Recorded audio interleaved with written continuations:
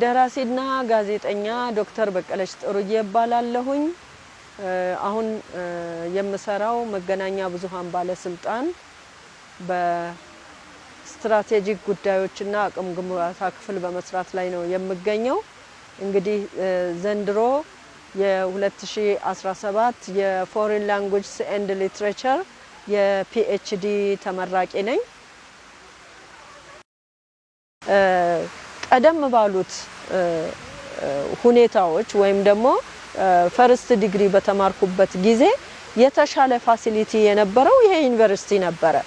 ሌላ ቦታ ለመመደብ አይነ ስውራን እንደውም አንደፍርም ነበረ እና አንደኛ የመንገዱ ሁኔታ ምልክቶች አሉት። መንገዶቹ በዚህ በኩል እንዲያርጋችሁ እንደውም የዩኒቨርሲቲ ልጆች ሲያሳዩን ይችን ምልክት ይዘሽ ሂጂ እያሉ በኬናችንን ያሳዩናል እና በተለይ ለአይነ ስውራን የመንገዱ ሁኔታ አመቺ መሆኑ እንደገና ደግሞ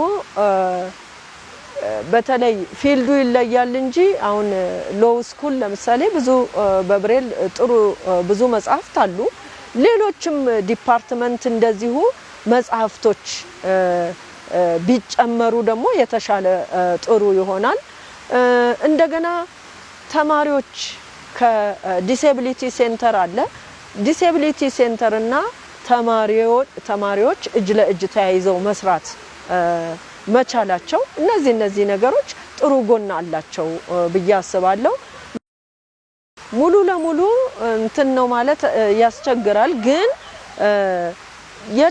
በተቻለ መጠን አሁን የኮምፒውተር አክሰስ መኖሩ ኮምፒውተሮች እዛ አሉ እና ኮምፒውተር እንዲጠቀሙ ማድረጉ በተሻለ ደግሞ በተለይ የብሬልና የብሬል ኬኔዲ ላይብረሪ ያለው የብሬል ክፍልና ዲሴቢሊቲ ሴንተሩ በቅንጅት ቢሰሩ የተሻለ ነገር ይፈጥራሉ ብዬ አስባለሁ።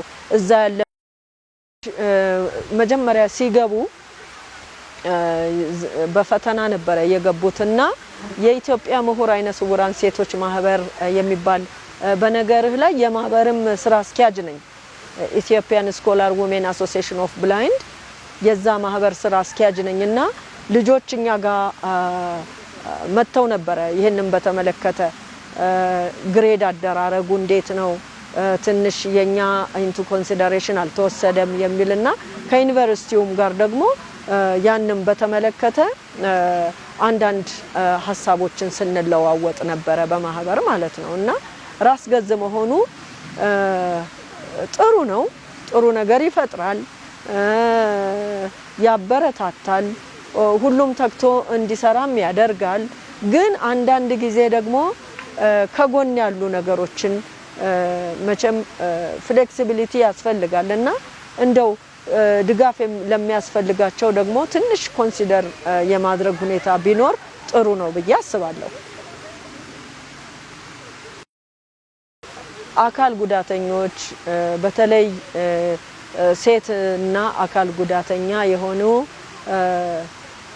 ድጋፍ ተደርጎላቸው የተሻለ ቦታ ላይ መድረስ እንደሚችሉ ማህበረሰቡ አውቆ የተሻለ ትኩረት ቢደረግ መልካም ነው እላለሁኝ። እንግዲህ ተመራቂዎችን እንኳን አደረሳችሁ፣ እንኳን ደስ ያላችሁ እና ዛሬ እኔ እዚህ ሰክሰስ ላይ ደርሼ ሲያዩ እጅግ በጣም ነው ደስ የሚላቸው። ምክንያቱም የቀለም እናት የቀለም አባት መሆን ቀላል ነገር አይደለም።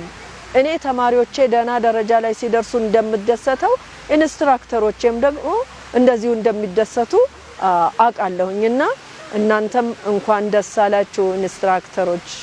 በዚህ ዩኒቨርሲቲ ሁሉ ከእያንዳንዱ የራሱ አሻራ አለበት በእያንዳንዳችን ስኬት ላይ እና እንኳን ደስ ያላችሁ ማለት እወዳለሁ።